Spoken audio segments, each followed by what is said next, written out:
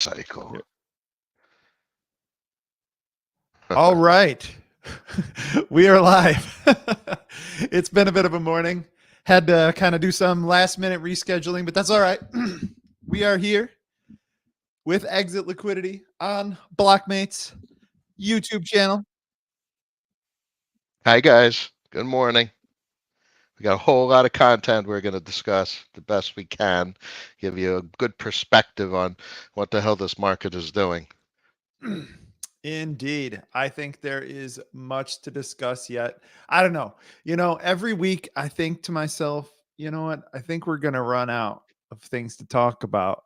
And No, like every time I'm like, no, I needed more time. There was there was much to discuss and always is. Like so like the title of this one is about the business cycle, but like I have so many other things I want to touch on too. So we're going to try to get to everything. uh, Um I'd like to preface everything with a statement that I've made on social media. Traditional finance hasn't experienced a business cycle, I'd argue, since the silent recession in 1919. To my limited historical knowledge, I'm no professor, but that was mostly an unintervened cycle where credit was allowed to be destroyed and it was an organic resolution to the deflationary pressures. Now, the Great Depression was not as organic. There was intervention, and everything after that has been intervention since. So there has been no business cycle in traditional finance in 104 years, at least a pure unintervened business cycle. And that is yeah. not the case for this emerging market. So there's plenty of emerging markets around the planet that have had business cycles. The emerging markets are well known to be very difficult to manage when the US does its monetary policy and fiscal dominance Yeah. processes around the world. But the crypto space, if we define, as I've defined it, post 2020 as an emerging market of sorts, was a full business cycle in 2022 where the expansion imploded, the credit imploded, deflation, and you had capital outflow from the Yeah. market. That is, True by story. definition, a business cycle. And it all happened, liquidations block by block by block until it was all gone. Like that. I mean, so back in the days of private banking, you had, private issuers of dollars. Um, and each bank kind of had their own stable coin, if you will. And it worked a lot like a typical CDP that was allegedly backed by gold. Some cases there was fraud. Imagine that when you let anyone just do whatever the banking they want. Some people choose to be bad actors in that space. However, the thing is you got these regular sort of, it was like brush fires that sort of wipe out the all the rot in the system. Which we And haven't had in and forever. we haven't had them because we keep fighting the fires with more and more liquidity.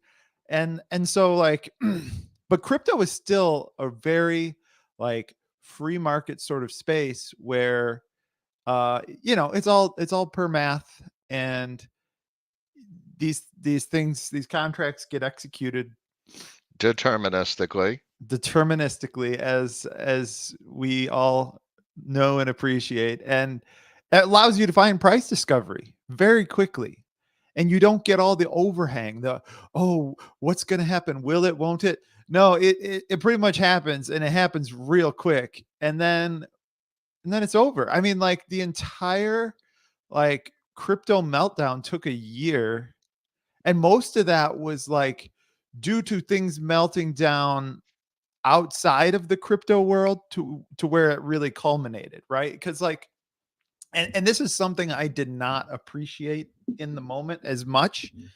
Because like I remember there was a tweet. I'm trying to remember who it was. I think it was Barry. I think Barry tweeted this like summer of 21 or something, where he was saying like, there's a lot of hidden leverage in the crypto ecosystem that Yep. nobody knows about. And I remember thinking, what do you mean? It's all right there. It's all on chain. Like, no, it It's wasn't not all on hidden. chain because, people like Barry had lent fucking billions of dollars to Three Arrows Capital. And like, there was just so much like, Good old Barry. yeah, there was so much leverage that I just didn't appreciate at the Well, it time. blew up. It's gone. Yeah, but it is gone. It is gone. But the thing is, like, in that world, in that sort of like, you know, traditional financial lending sort of world, there's lawyers involved. There's, uh, Intervention. yeah, there's all sorts of like, you know, things that happen behind the scenes. It's not just moving block to block This is the like purest emerging market on the planet. There's no intervention possible. It was a flash fire. Everything that should die died, which means of all the sovereign nations on the planet, this emerging market, this economy is the best expression of what is a viable enterprise purely economically. They survived because of the characteristics of the contracts, the implementation of the enterprise business offering. These enterprise are the best representation of a solvent, the balance sheet of an enterprise. These are the best presentations of a business balance sheet on the planet right now. yep. I mean, here, let me pull this chart up here. This right here is the top 3 stable coins, you know. Boop. Well, I this love is this. this This is is it's not just liquidity. This in a purely free market economy, this when you see endogenous liability printing and in response to exogenous flows into the system, these are bubbles. When you have an endogenous expansion, it will contract, it will expand, and that forever was defined by macroeconomists as the business cycle, which we don't have the same yep. way anymore in TradFi. But this is literally a representation of it in crypto Right. economics. And I think it's important to recognize that there are like, just like with countries, right? Like in an emerging market, right? You have your direct capital investment, which is this right here is the DCI of the the crypto world. This is real world assets, namely US treasuries, which are what back USDC and USDT mostly. Um, in USDC's case, for sure. Um, these are real world assets that have made their way into the crypto economy. And then you have the internal leverage, right? You have the domestic credit expansion. That's a good phrase.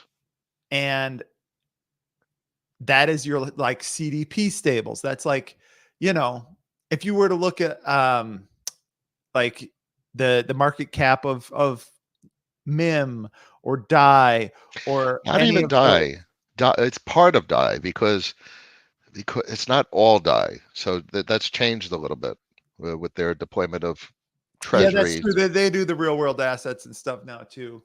That's fair. That's certainly CRVUSD. That's certainly what Tapioca will produce, Yeah. and several others. But Liquidity, yeah, all those CDP stables though, those are the domestic credit. liquidity, Those are collateralized, and that's the stuff, that will wash away when those are the private banks of the crypto world. And when you get those the deterioration of the underlying collateral in the crypto world, which is, I mean, ETH is the primary most collateral. pristine collateral in the crypto world, then that's when you see the contraction of the crypto economy. And But this is what we want. We want this, and that this yes, is what has been taken away from us because this tells us what is a good business. And Keynesian economics wants to smooth out the business cycle, and they've taken it to the extreme at this point. And it's not that I would be touting Austrian economics. I'm a fan of Keynesian economics, particularly because it reveals what is a viable enterprise, and it makes it a complexity to invest and allocate to enterprise. Yep. Yep.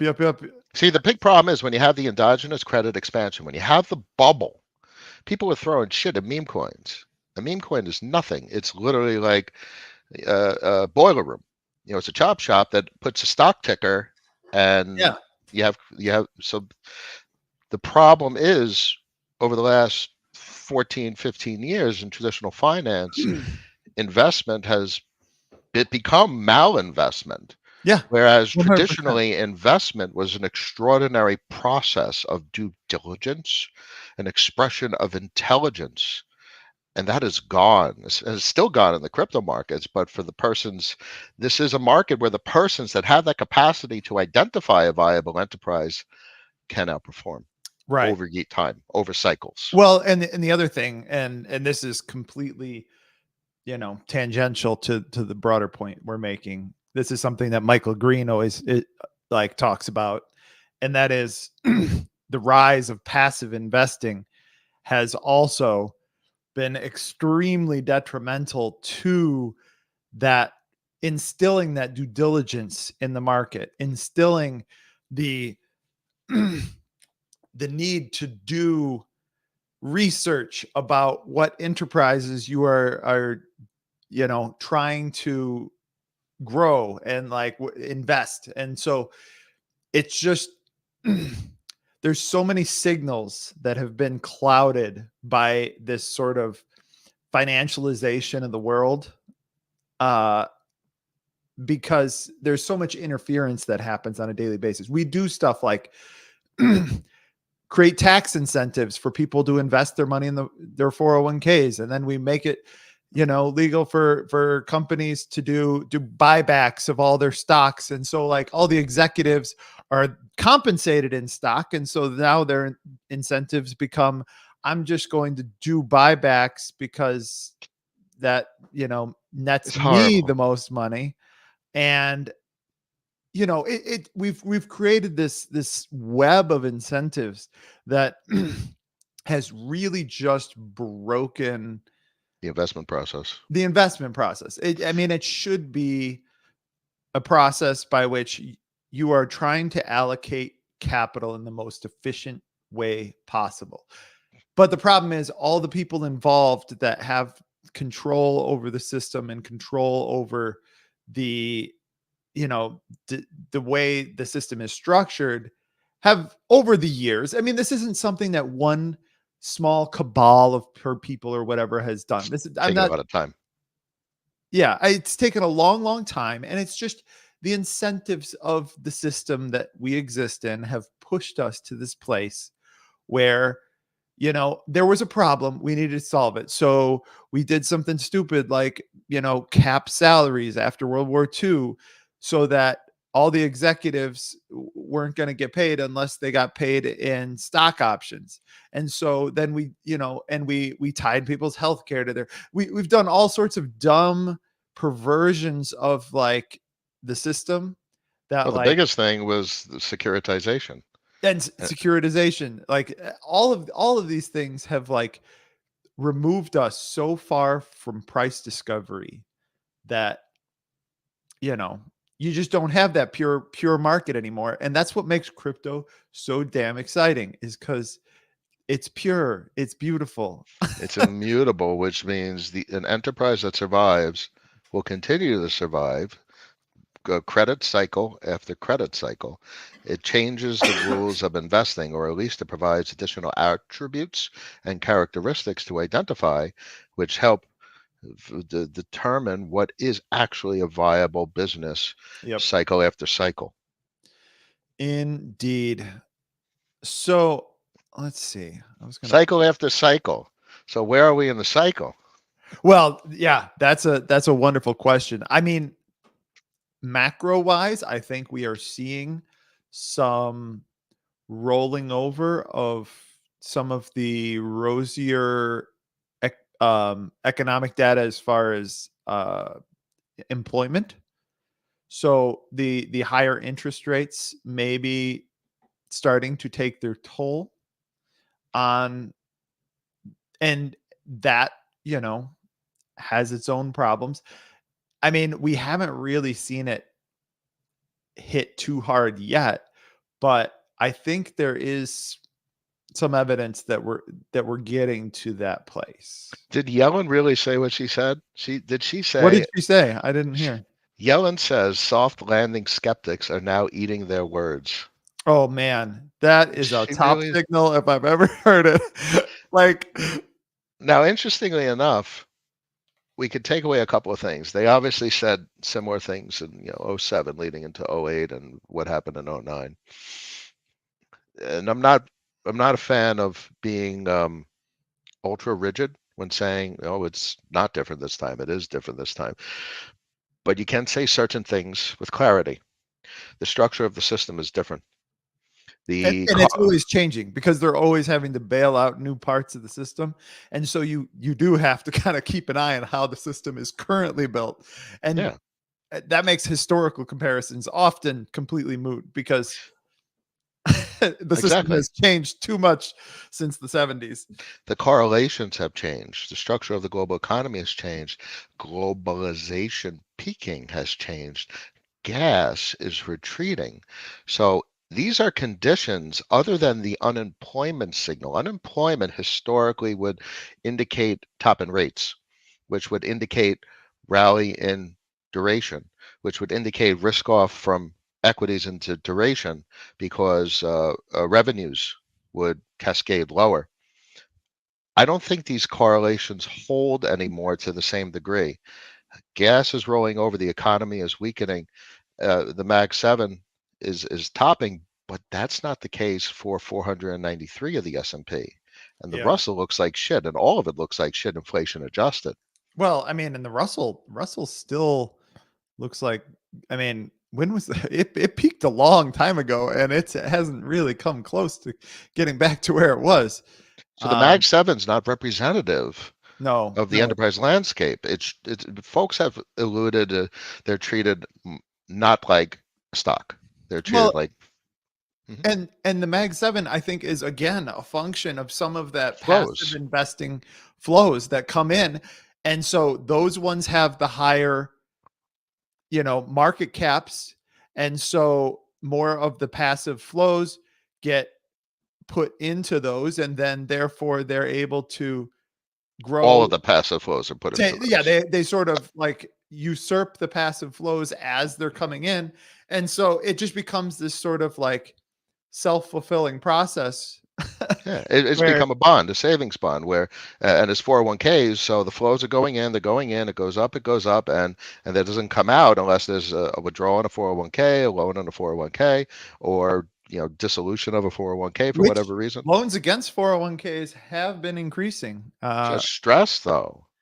That's stress. So the question Well, becomes, does everything collapse like it has historically? it now I was thinking about that, and I've personally never done a 401k loan, so I'm not sure exactly how that works. But like with interest rates being as high as they are, I think it may just be a better source of funding than going to a bank at this point. And it could also be a function of credit unavailability. Like if you go to a bank and you try to get a loan, you may not get it. And so the 401k is an obvious solution in that situation.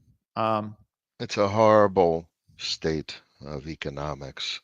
This is we could get into the socio-economic perspective to a great extent, and that's what folks argue very much how horrible consumer price inflation is, and yep. it is horrible, and it's not anyone's fault.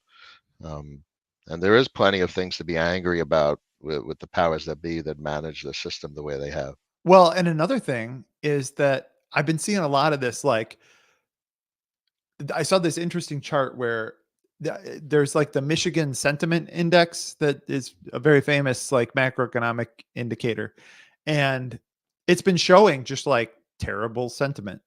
And um it like is kind of confounding to all the economists because they are like, look, the stock market's going gangbusters, the economy's great. What's wrong with all you people? Like, Yes, because yeah, well, the S&P is just an index fund. It's literally ARK. It's just the one that yeah, is popular. So it's not the stock market. That's something that I find interesting to make very clear. I think all these perversions have come to a head, and the passive flow has distorted everything, and everything that happened post 2020, a couple of times between 2010 and 2020, and obviously the '08 sequence. Everyone's looking through this shit. yeah, Everyone, they're done. Why, how do you know this is the end game for everyone's looking through this shit? You look at Venezuela, you look at all the stock markets where they know the debasement's coming. They know the credit, the interest rates are going to roll over, and their stock markets just go up, up, and up. yep. But like, let's look at like this is the University of Michigan sentiment indicator, and like it peaked in January 2000 Mm, and started rolling over. mm. And it wasn't until January 01 that you actually got the stock market crash, I believe. So, um, like this is very much and always has been a leading indicator. Look at when it peaked, like it started falling off a cliff in January '07. Started falling off a cliff. It started falling off a cliff in February of 2020. It That was a already. relatively quick one though, because that one it was sort of an exogenous factor. So it obviously wasn't as much of a leading indicator there. But then April, May 2021, it started diving. Um, And and has yet to recover. and it started to recover in June of 22. So it sort of bottomed. And then a few months later is when the stock market actually bottomed. And but like it's still not really recovered. I mean, we're at lows that are right kind of like the late 70s, early 80s. So it's not, like smiles times for everybody.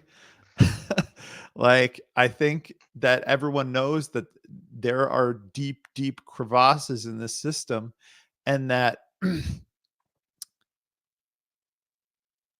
the intervention is coming because this will Otherwise, the not be political allowed. incumbents, the politics are gone. The politicians Exactly, get rolled over. exactly. So right So now they're all talking about how do I get money to my constituents so that I get reelected? And that's real. That's not hyperbole. no, Uh, it's not. It's definitely not. That is very much a real part of the macro world is considering the incentives. That's what all of macro boils down to, is what are the incentives? The recently late what's his name? Berkshire Hathaway guy, Charlie Munger said that, show me the incentives and I'll show you the outcomes. That that right there is what we do. We look for the incentives. We look for how the system is constructed. And you know, we see the writing on the wall that intervention is the only way. It's the only way. Intervention, it is up only. There are no it's not as lower clear though. lows. You can't. It's hard to look at the M0 and M2 This to is just the inspect and federal bank balance sheet, but or I mean that's the Fed. this is Yeah. the balance So sheet, but when looking at M0, and I always note to listeners, printing money isn't what they think it is, and yet clearly when how the U.S. does it is far from suboptimal and arguably uh, partial for their own respective self-interests. But all that money was already printed. M0, that if you could show M0, actually, you know what? I don't actually have the M0. Hold on. I assume hold on. M0. M2, What is the ticker? US money supply. I think it's M0SL. M0S. Not seeing it. Hold on. Just do money supply. Okay. Yeah. U.S. money supply. Yeah. Yeah, I'm only getting M2. I'm not getting any M0s. I have US M0. Huh. I wonder if you have. I don't know. I don't. Oh, I have. I subscribe. Oh, yep. That must be it. Because I what so what which thing do you subscribe to that gets you access to that one? Just the first tier, so I could get spreads. It's the first tier. I get some additional charts and stuff. But M0 isn't what people think it is, and the printing of money isn't what they think it is because all of this money has already been printed. They've never let, since the 1950s, they've never let the global credit regime deflate. Because if they did, it would all. There is Well, no economy. It's bad politics. It's bad Yeah. politics to let it do that. And Because then to manage the global credit regime, the Eurodollar market, it requires the expansion of base collateral. So that's M0. And well, I would, I was just going to say the other part of this is the incentives, right? Because like when things are bad, that's your opportunity as a person in power to grab more power because you can go, I could fix your life if you grant me more power.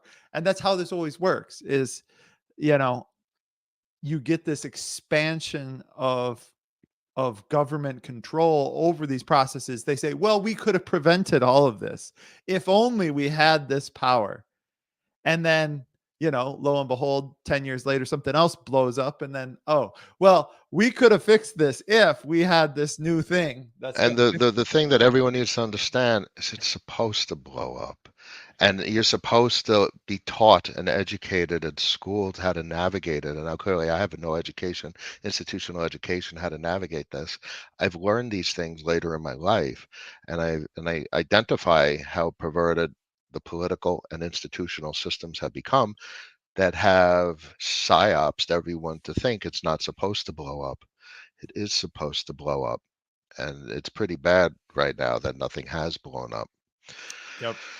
So just to kind of like touch on kind of where we stand this week with some of the big macro indicators. Sure. Um so here's Geez, 834. the RRP.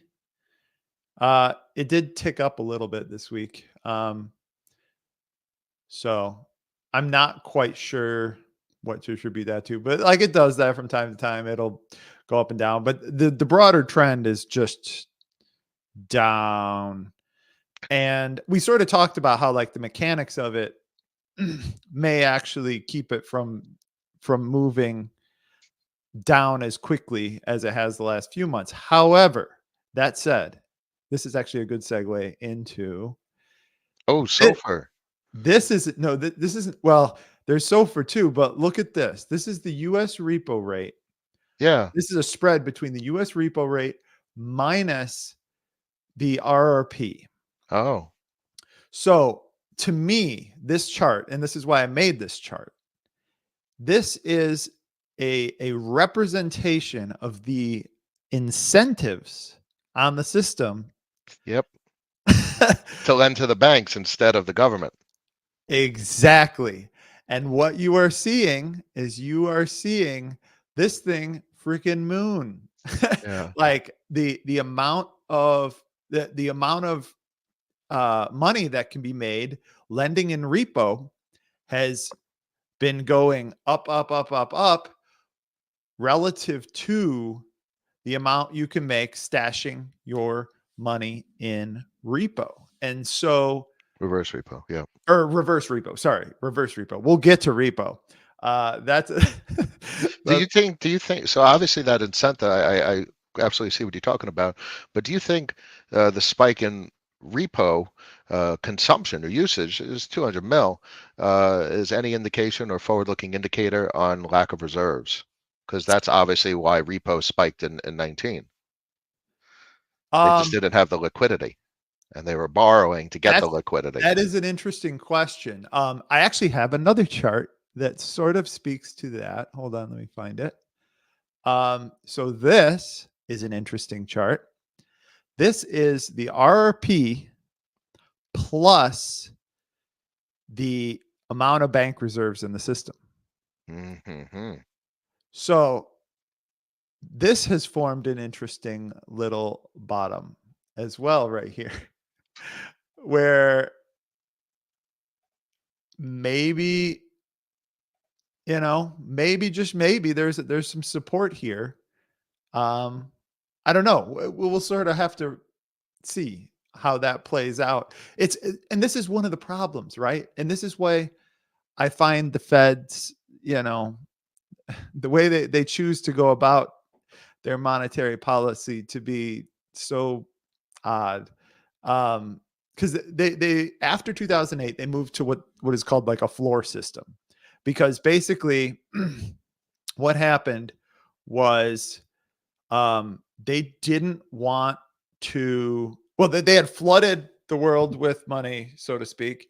And they had done QE, right? So they did all this QE after 2008, and they didn't really want to bring the bank balance sheet down too far, because here's what happened. You get QE, you bring it up, and then eventually up, you start getting problems, and then they did QE2, right? And then you bring the bank balance sheet up, and then you start bringing it down and down, and then up QE3. You know And why? You know why? Because so the amount of so re, it's a reserve system at the bank level where they use the reserves as interbank money. So the reserves, you need adequate reserves, adequate liquidity, adequate interbank liquidity to facilitate or correspond to the needs of bank liabilities Mhm. and those that level of velocity, the flow of the bank liabilities between banks. They need the reserves to facilitate those kinds of transactions. So that would be an interesting chart. Uh, Bank liabilities outstanding, which would be bank deposits, versus reserves in the system. Yep. I mean, but look at these bottoms. Look at these bottoms. Like, Yeah, that's extraordinary. It blew look up. at these bottoms. September 19, you know? Um, this one was SVB. SVB blew up right here.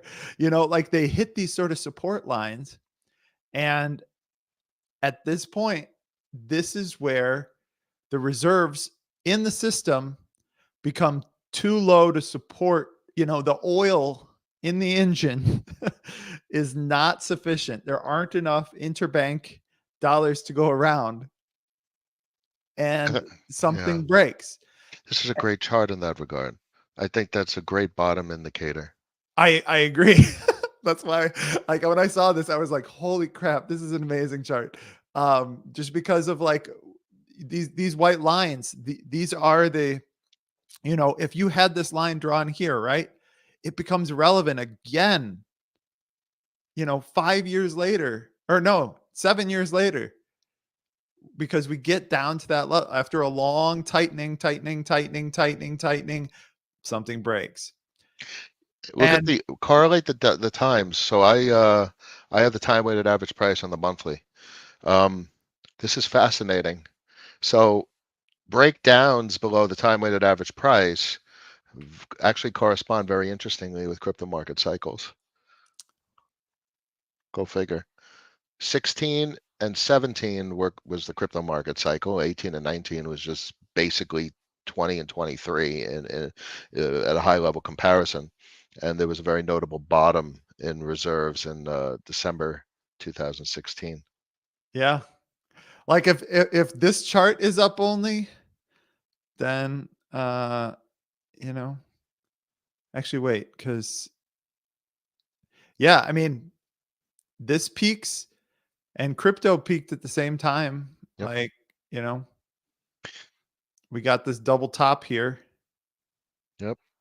and then Isn't that boom. fascinating? Yeah. December of 21 was the end of the crypto market. So if what we look for with regard to navigating markets is confluence. So if you look at BOGMBBM, National Financial Conditions Index, Fed balance sheet minus reverse repo minus Treasury General, the famous Arthur chart. These are great indications for where we are in the liquidity cycle, because it's not just liquidity, gen pop liquidity, you know, public dollars. It's maybe even more importantly, banking dollars, Yep. bank money, which isn't even dollars, it's bank money. Yep. So I think what we've seen thus far is that you've seen this shift, right? Away from, and this is, we talked about this last week. If people haven't watched last week's stream, it was really good. But we discussed like how the it's not that money is ever getting destroyed. And that, to your point, that is why all this intervention that takes place, it is not, dollars aren't being destroyed Mm, ever, ever. All they're doing is changing forms, because in a politically corrupt system, like it it becomes in a highly managed system, losing money is not an option. So all you can do is transfer it around. And so you just move it from private to public, public to private. And pretty so much. in during COVID, what happened is the public markets blew up because you had this large basis trade unwind and take the treasury market with it. Um, and therefore, all of that private leverage had to be absorbed onto the Fed balance sheet. Then we, had a big dog coin rally because everybody's like, woo, bailouts. And they were giving money out to everyone, which just created more collateral in the system, which then could be leveraged by the private markets. Eventually, it got over like run with money. You get inflation. Then the Fed goes, all right, we got to tamp down on this public money. So they start doing QT, start raising interest rates. And the private money, though, is still going gangbusters and kind of picking up the slack that the public money has left, the hole that it's left. And so we haven't actually seen much in the way of wealth destruction. So, you know, Since when? 1919.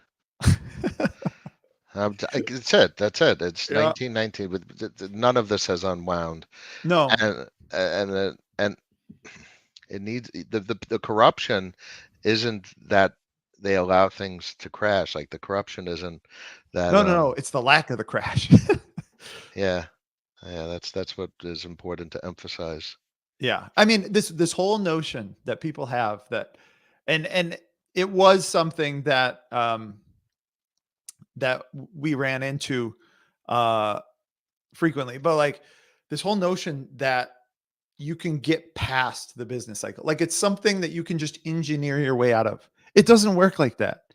It's never worked like that. It's always been about human psychology, and money is a function of, you know, human needs, and you can't outsmart it. You can't just, all you do is distort the system.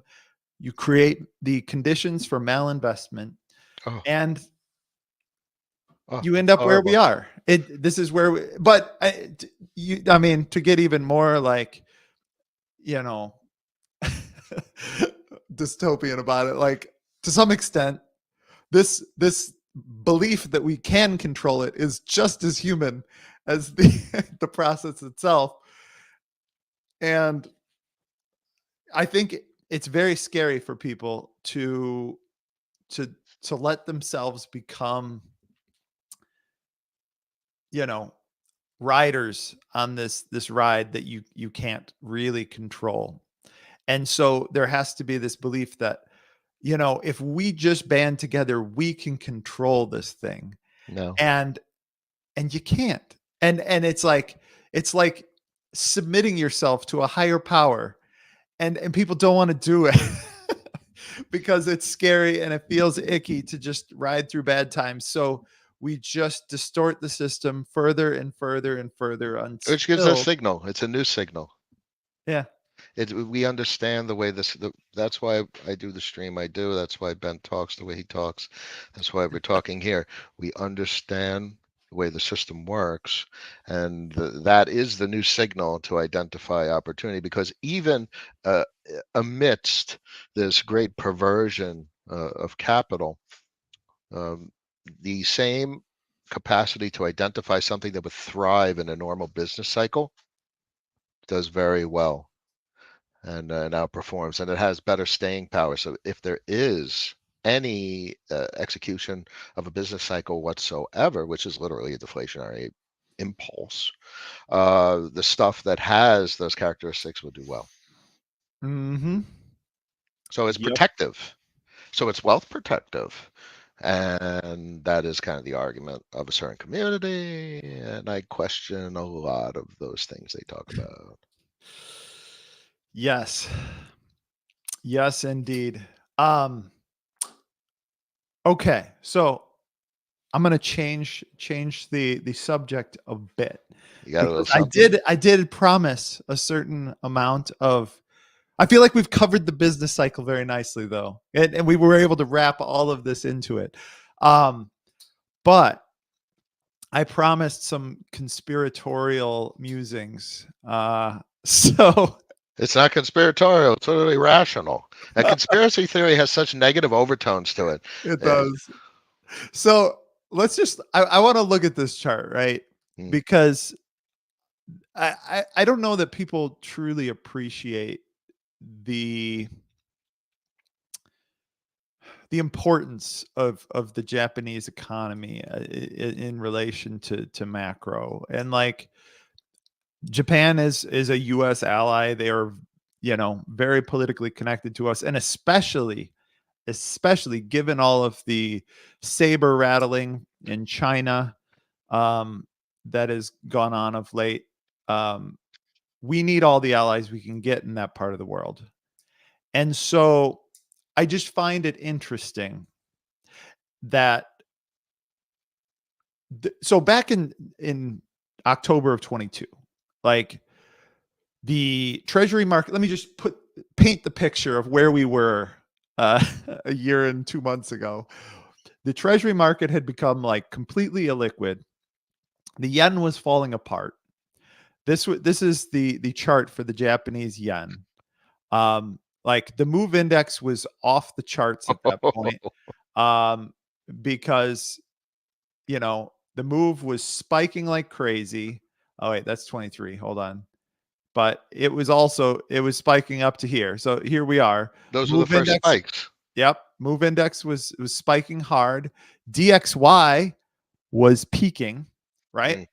And I even remember like the president tweeting like, "Hey, we're looking at the dollar strength, blah blah blah." Because like in historically in the past, the Plaza Accords were in the 80s. Basically, the dollar got too strong, and they had to coordinate to weaken it, right?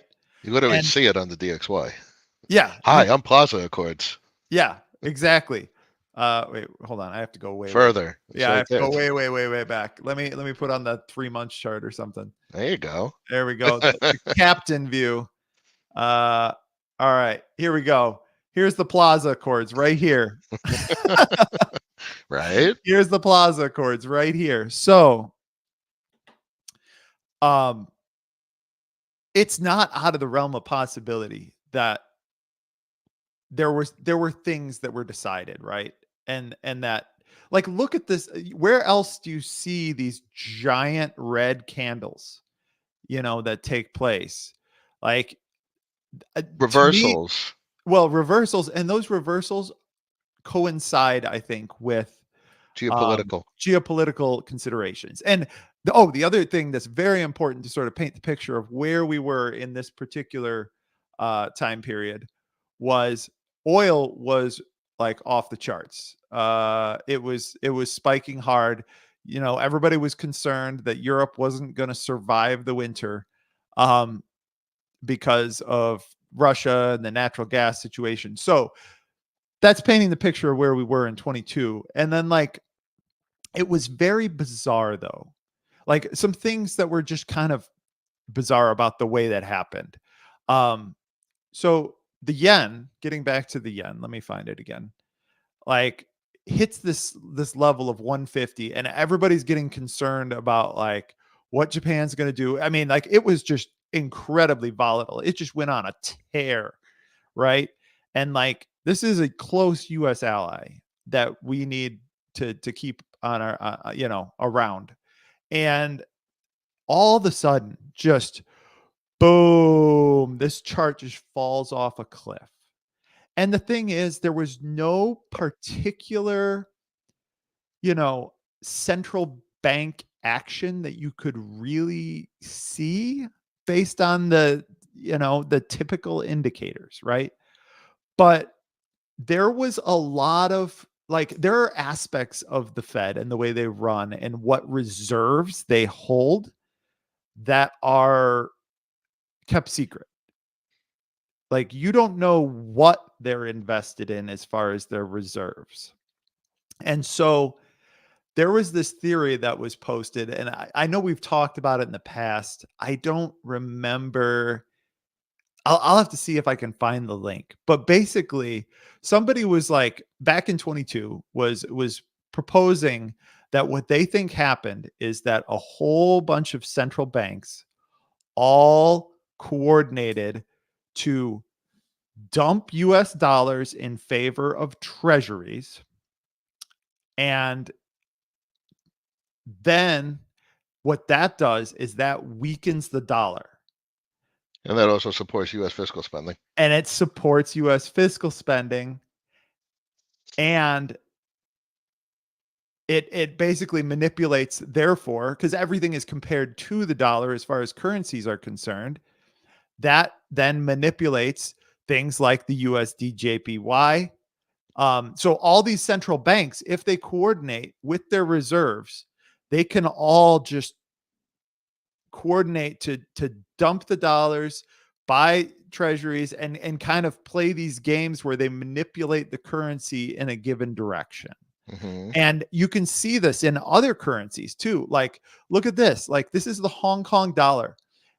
When everything was super tight, it was because, like, the Hong Kong dollar is managed between this range here. I should put the bottom part of this, but, like, it has to be kept in this window, and it was pushing up against the top of this thing, and then all of a sudden, out of nowhere, just boom.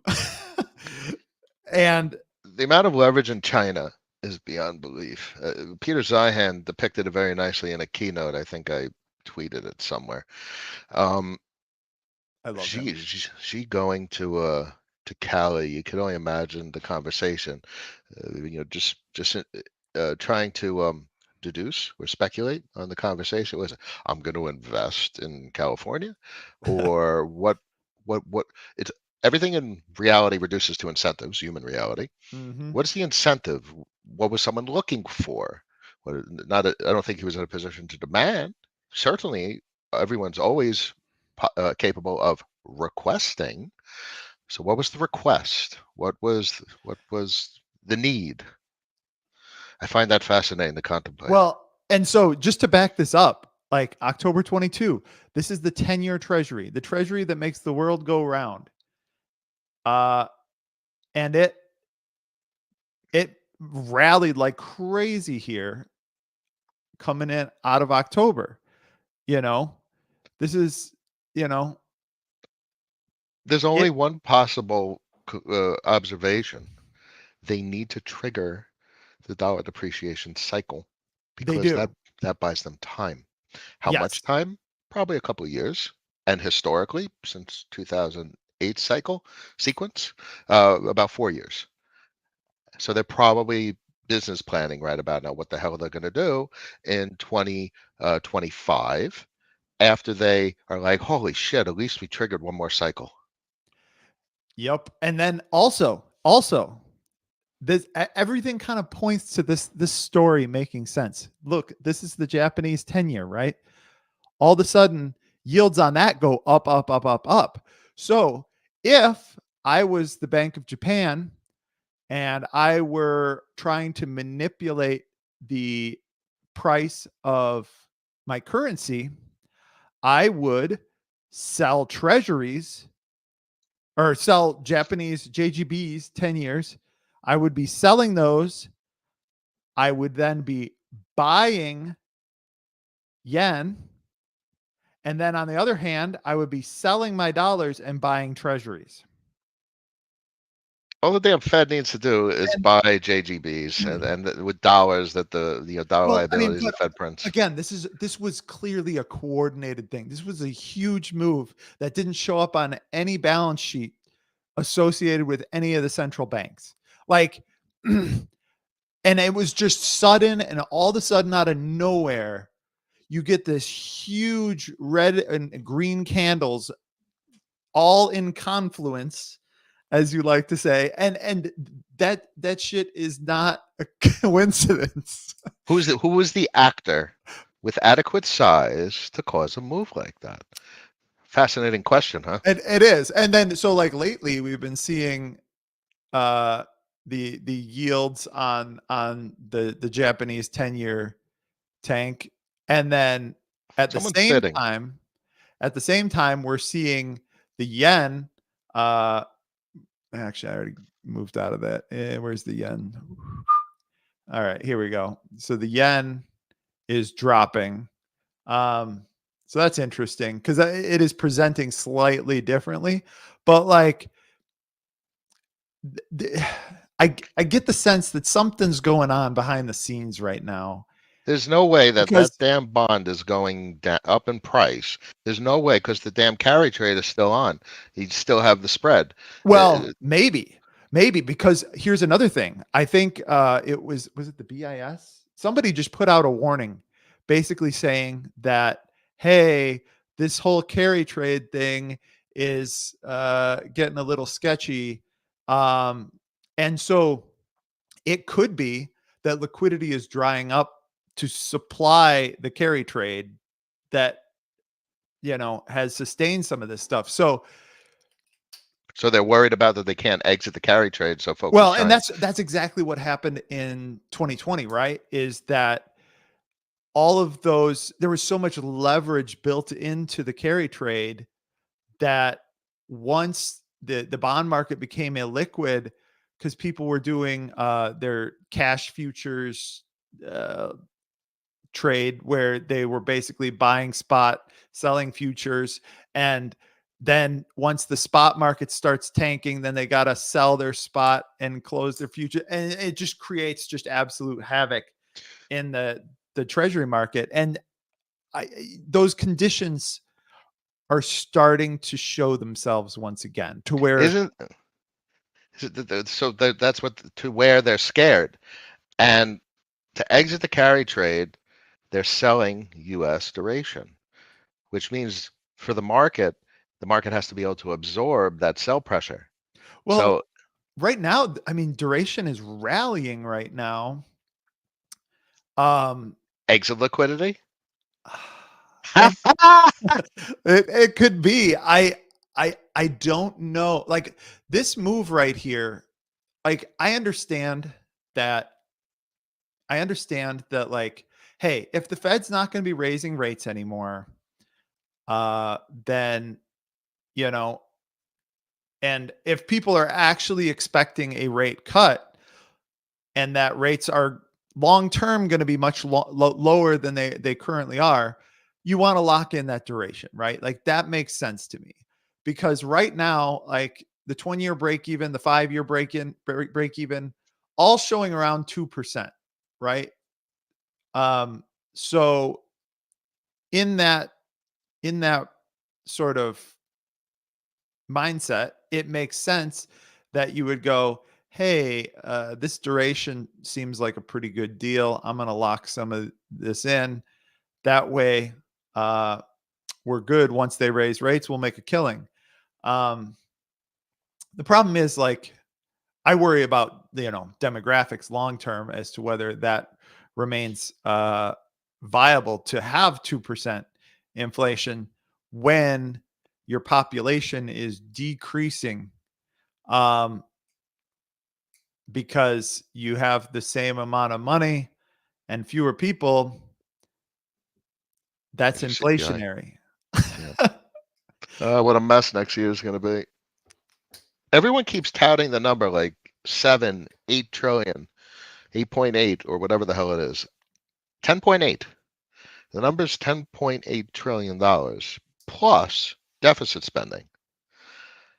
I don't understand the mechanics of how some shit doesn't go down next year.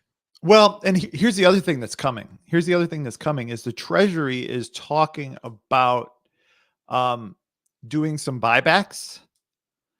Um, so the idea is it's going to basically be like sort of an Operation Twist sort of thing. Like real quickly, let's kind of go over like the different. So there's on the run and off the run securities, right? Like on the run are the latest issue. Those are the deepest, most liquid because there's the market for them is very liquid. The prices are constantly updating because they've just issued them. It's a fresh batch. And so those are considered on the run treasuries, right? They're not And rehypothecated yet, honestly, so they're it works a lot like NFTs, right? You get a new NFT drop and everybody and I used to buy and sell guitar pedals. I would like flip them and stuff. And it worked exactly the same way. It's just in a liquid thing where like you get some new hot release and then everybody's buying and selling that one. That one's changing a lot of hands. It's all good. It's super liquid, not too risky from a liquidity perspective. But then as time goes on, the liquidity gets harder and harder to come by. Sometimes that makes them more and more valuable because the ones that are highly coveted and still have that rareness, uh, that that would make them go up and down or whatever. But in the treasury world, bringing things back to relevant, um, you have on the run and off the run, and off the run are less liquid, and so there's a certain liquidity premium that if you want to sell those particular treasuries, you are selling at a slight discount because you have to pay somebody for the risk of taking on an asset that's sort of illiquid.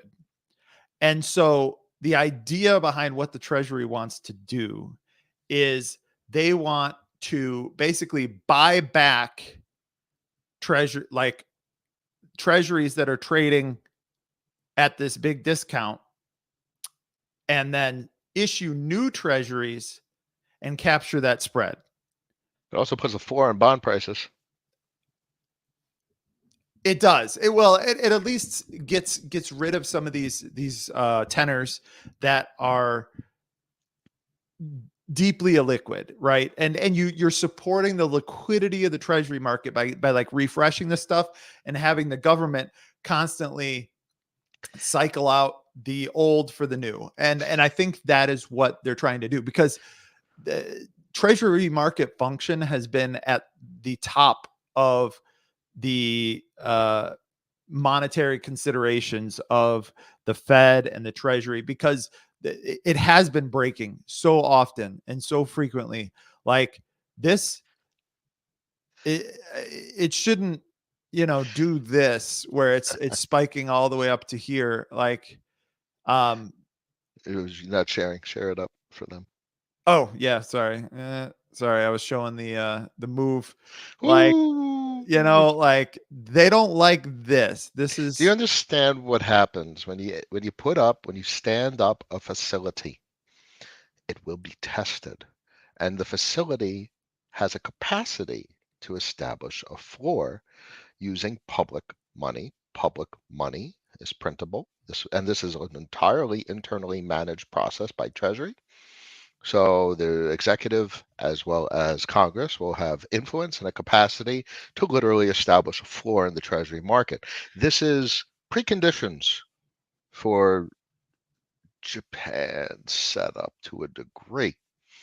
All that's needed is the market to force those conditions upon the executive and Congress. Yep. It's the tooling. This is the tooling to establish a floor in duration prices, Yep. which is a top in yields. And what do you need? Why do you need a top in yields? Maybe what is it? The Congressional Budget Office, the CBO, said uh, You deficit know, spending is going to go 10x in the next 20 yep. years. And they're trying to find ways to manage it. And Oh, they're trying to find ways to manage it that don't involve, uh, you know, the Fed, cutting anything or upsetting anybody politically or the Fed, because the especially Fed's right a now because everybody's super sensitive about inflation. Central bank action is sort of off the table. Like, and this is something I've talked about several times at this point, but like the reaction function of the Fed going into the next crisis is going to be completely different than what they did in 2020. In 2020, they there was so much hubris involved with the way they managed that situation. Like they were like, whatever, we can just control all of this. And I think they didn't recognize, and frankly, I didn't get the inflation call quite right either. But we're all learning here. But I'm not the one who's saying I'm going to control the world's currency and put it on my shoulders. And I think the Fed was abused, and I don't think they have a capacity to do what they did anymore post 2020. I don't The I don't think so either. They control private money, interest rates on private money, which is the capacity for the private sector to issue credit and expand the money supply uh, the way the private sector does. My expectation, especially considering consumer price inflationary pressures and the politics, the optics of it, is that the next difficulties they have to traverse, I expect the Fed to just be chill. They're going to keep rates relatively elevated, particularly because they need to make sure that consumer price inflation is under control. But the crisis, that's exactly why the Treasury is doing what they're doing next year. They need a lever, or they need to Yep. start creating levers because public money, the duration markets, will need management in order to prevent exploding in the absence of a capacity, a neutered Fed intervening with its balance sheet to the same degree they have historically. Yep. Yeah. I mean, that is that is the world in which we live. And that's what makes markets so interesting, because you've got to balance the how does it work in the private sector and how does it work in the public sector, and you've got to weigh which one is important in this particular regime. And right now the private sector is the sector du jour, and when it blows up, because it will blow up, then the public sector will come back into the spotlight. Um, I don't know. You can already feel it, like where all through the the the big bubble, we'll call it, that was post 2020. Everybody was clinging on to J Pow's every last word, and Nothing to do like with him as anymore. as QT has kind of ramped down the Fed balance sheet, and the Fed has become less and less of a factor in the markets. Everybody just wanted to know when he was going to pull the punch bowl out, and he did, and then it became super relevant, and then now we're kind of this place where nobody's really talking about, like, it's not like the Super Bowl every time there's a big Fed announcement. Like it's kind of comes out with little fanfare these days, which should tell you where we are in the cycle. We're in the private expansion part of the cycle. Hey, you know why he's being marginalized? Because economies must get to a threshold between a capacity for the two separate economies, the financial economy to expand and the real economy. The real economy is the private markets, the private credit markets, and the financial economy is sort of the public, but really the shadow banking economy using public money duration in the Eurodollar system to create that kind of credit. And that credit is it's influenced by Fed monetary policy, but clearly, as we've seen over the last couple of years, uh, it operates on its in its own realm to such a degree that macroeconomists call it the financial economy versus the real economy.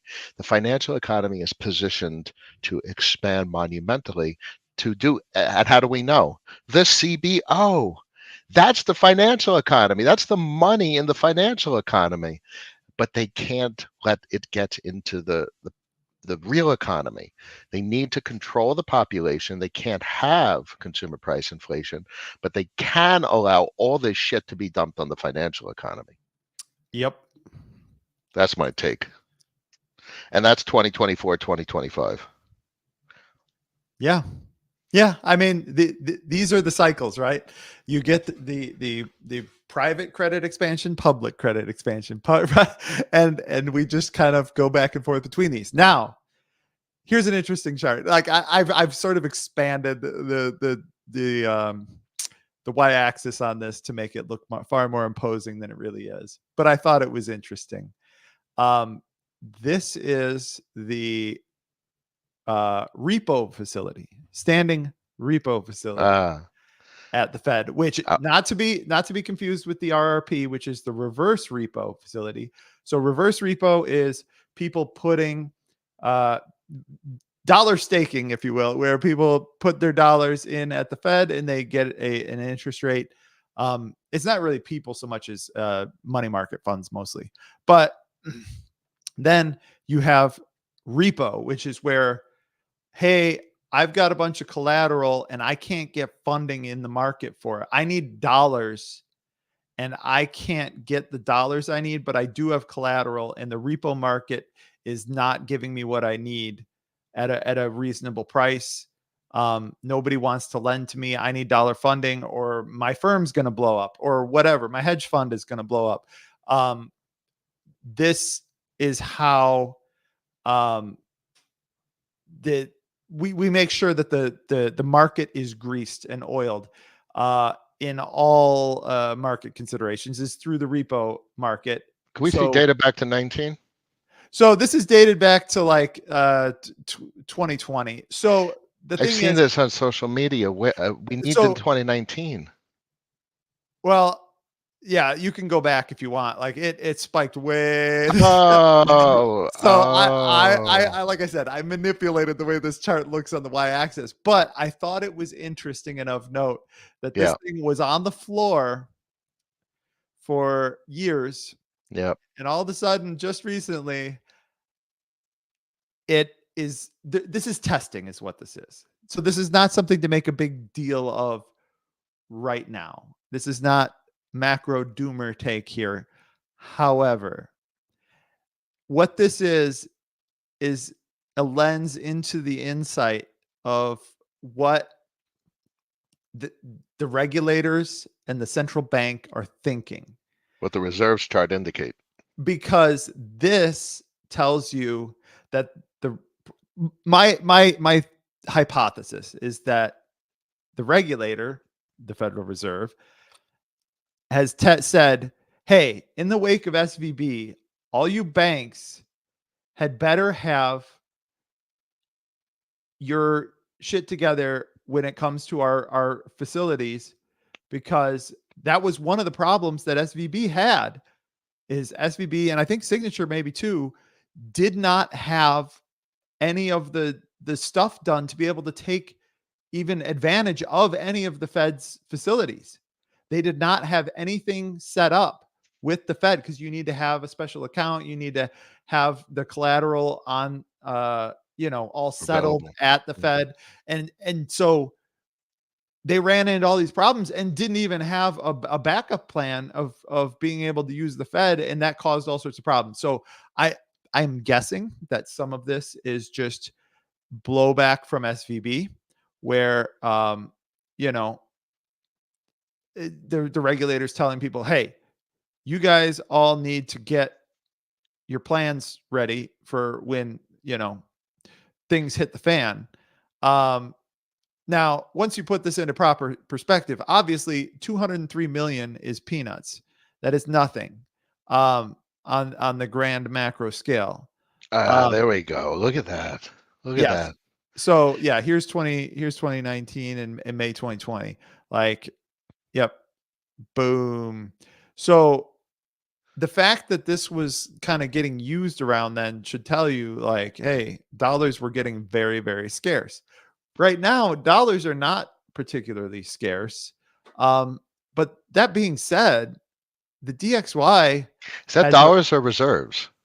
uh so wait, Reserves. Because if you're borrowing from the repo market, you need interbank money or you need collateral. You need what duration? You need some sort of instrument that you could transmit. That's not a dollar. right. Well, yeah, so repo is collateral. Uh once collateral gets scarce, uh you've generally got a lot of dollars, you know, let's see, hold on a second. So when collateral is super scarce, a lot of times it's because there's a lot of dollars, and when there's scarce collateral, uh, or wait, did I just say the same thing backwards?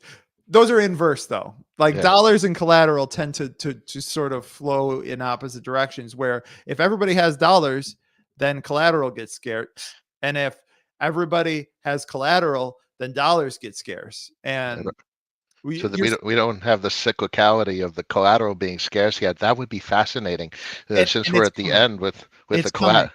because I my prediction is that you will see that when the next time the debt ceiling rolls around, because the uh, since the last debt ceiling, the um you know financial situation of the Fed has, or not the Fed, the US government has deteriorated significantly, and the narrative is still very large in everyone's mind that, hey, look at the percent of GDP that we are spending every year just on interest payments. um like I think it's like 7 or 8%. And I think that the next debt ceiling could be even more ridiculous. And every time these debt ceiling things happen, what happens is the collateral. That was what happened this last time. That's why dollars spiking and collateral spiked at the same time, was because what happened was dollars are used by, or created often by, borrowing in the private markets against collateral. But if there isn't enough collateral, the private market can't do that. And the problem was the Treasury had been knowingly withholding the best collateral, which is the shorter term bills, and they had been withholding all those and just issuing a bunch of duration. And so, you know, when that happens again, like who knows where the dollar's going to get to, because without collateral, the whole world sort of breaks down. And that was part of it, is like you had to kind of shake loose, like after the Treasury finally was able to spend money after the debt ceiling was raised again, they start issuing all the collateral that the markets desperately needed. And then the move kind of dropped back down into to more reasonable, because Humor me. this was the debt ceiling. This was the whole debt ceiling thing. And the combined with the SVB is that, like, the move index went off the charts. And then There's no debt ceiling till 2025. One, two. Humor me on a super cycle thought. Financial, the financial conditions loosen, which is the NFCI. They loosen significantly. Eurodollar market goes on a tear. Existing collateral becomes scarce, drains from the system. Banks have a hard time getting the collateral they need. Reverse repo market gets tapped, and all of that lines up with on the run coming in 2024. They could dump it right into the collateral shortage market. right. Well, and here's the other thing too, is that, like, okay, you can help to manage that liquidity, But there's no free lunch here, right? Like you're not going to just all of a sudden make these issues with the human nature go away, which is that if there is an ample source of leverage in the system that you can go to at any time to do whatever degenerate thing you want, people are going to do all manner of degeneracy until something blows up. And they just need the conditions and and, and, and and momentum. right, and that's the thing is what happens is, again, because of the interconnectedness of the system, like you can't, like, it just, that degeneracy ultimately just leads to the blow up, which leads to more bailouts because everything's interconnected. This is why Can we there need to be can there be an explosion though with a standing reverse repo and a standing repo, and the amount of collateral they have to flood the system with, and all they have to do is let the damn Eurodollar market run rampant, which obviously leads to the grossest malinvestment uh, over time, just cyclically, time and time again. I just, the conspiracy theorist in me thinks that they have a Keynesian play going on that's beyond the threshold where this is the only way for the system to continue, that it is entirely managed from a geopolitical fiat perspective, as well well, as a collateral floor and ceiling management perspective. yeah, and that's the thing, but like, just like any sort of like currency, like, so when it comes to currencies, right, you have the ability, you can control like your interest rates, you can control, you can put in capital controls, um or you can control your the price of your currency. We you can. you can't control all three of those at once, though. You can control two out of the three. You can control interest rates, and you can, uh, you know, clamp down on capital controls, but your currency is going to go to the toilet. You can clamp down on your interest rates and your currency price, but the problem is all the money's going to run away because you don't have capital controls. You cannot control all three. You As that's can't. what they say: save the bonds or save the money. Yeah, and so ultimately the choice is going to come to, the US government as to whether or not they want to save their currency, their bonds, or, you know are they going to do some sort of capital controls thing? I i don't really, who knows, but like, It's subjective. it is subjective. I don't know what the, powers that be are going to choose, but these are the things you look at. These are the things that we watch and we keep an eye on. Then the cycle's coming, some sort of cycle. Cycles are just fundamental in nature. Therefore, financial markets being a manifestation of humanity, in turn being a manifestation of nature, are a manifestation of nature unto themselves. Yes, they are. The animal spirits are strong, and they always will be, even in a wildly malinvestment filled mess that we currently reside. Like, that is that is the world we live in. The animal spirits are still there. The degeneracy is still an undercurrent to this whole thing.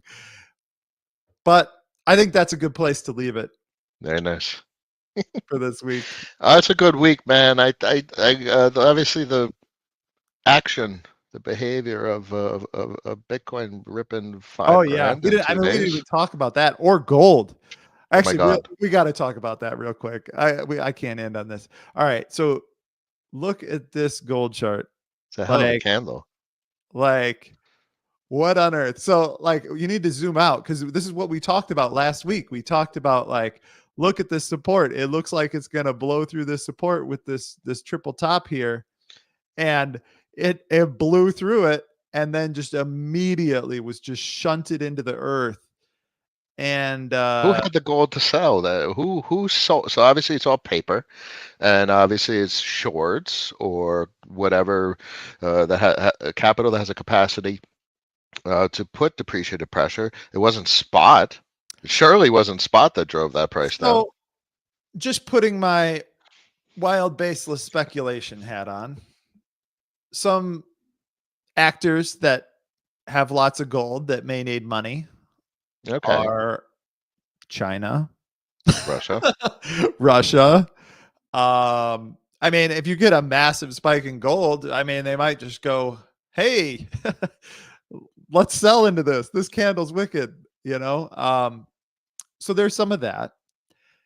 This could also be yet another case of central banks liquidating their gold holdings in order to do things like buy duration, US duration, buy other currencies in order to help out their buddies, with the some of the discussion that we had around the yen and um, or it could be China selling in order to maintain their own currency. Because look what just bounced.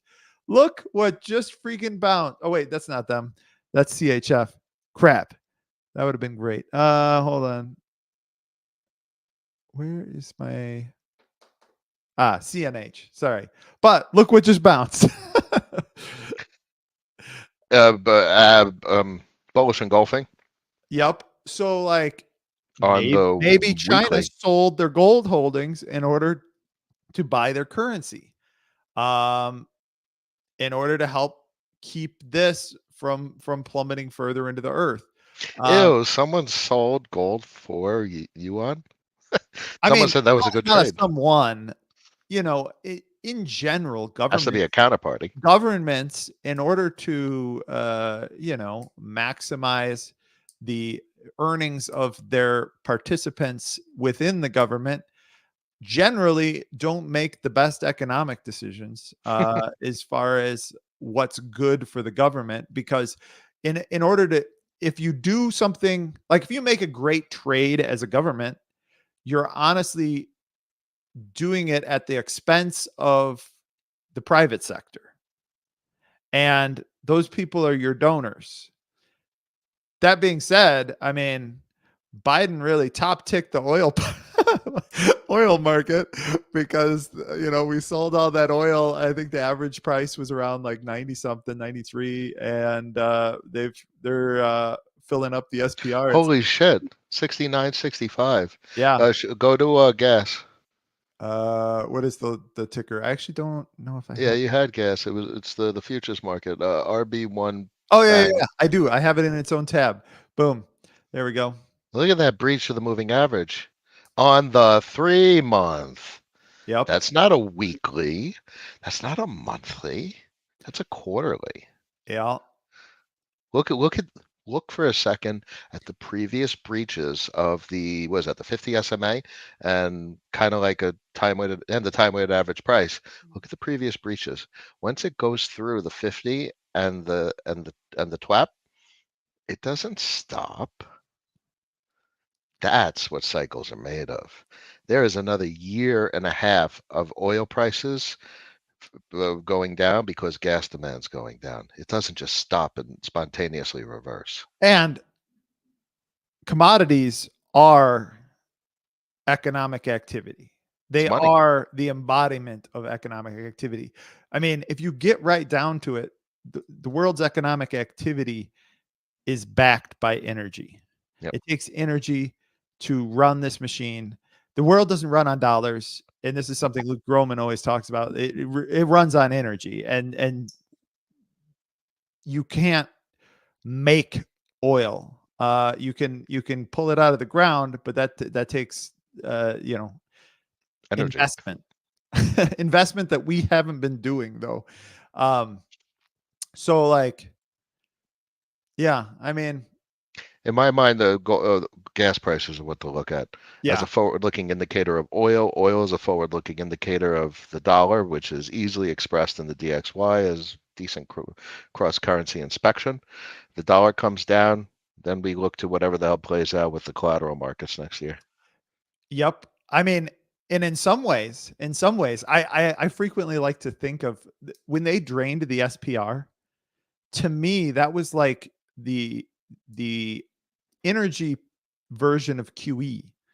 You know, they were the central bank. They were acting as a central bank of oil, and they expended reserves in order to buy dollars, or in order to buy By dollars, now.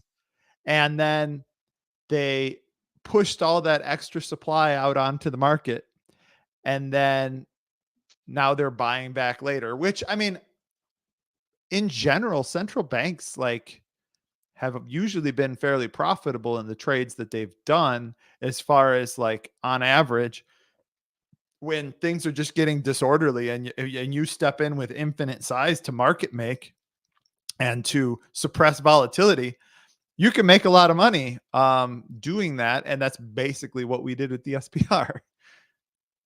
Quite fascinating. Indeed. Good Well, stuff. now that we've covered energy and gold as well, I think we should call it a day. And we should be back next week around the same time. I So like it. until then, until next time. Oh, also like and subscribe to Blockmates. Uh, that being said, until next time, don't be exit liquidity. Do not. You can do better.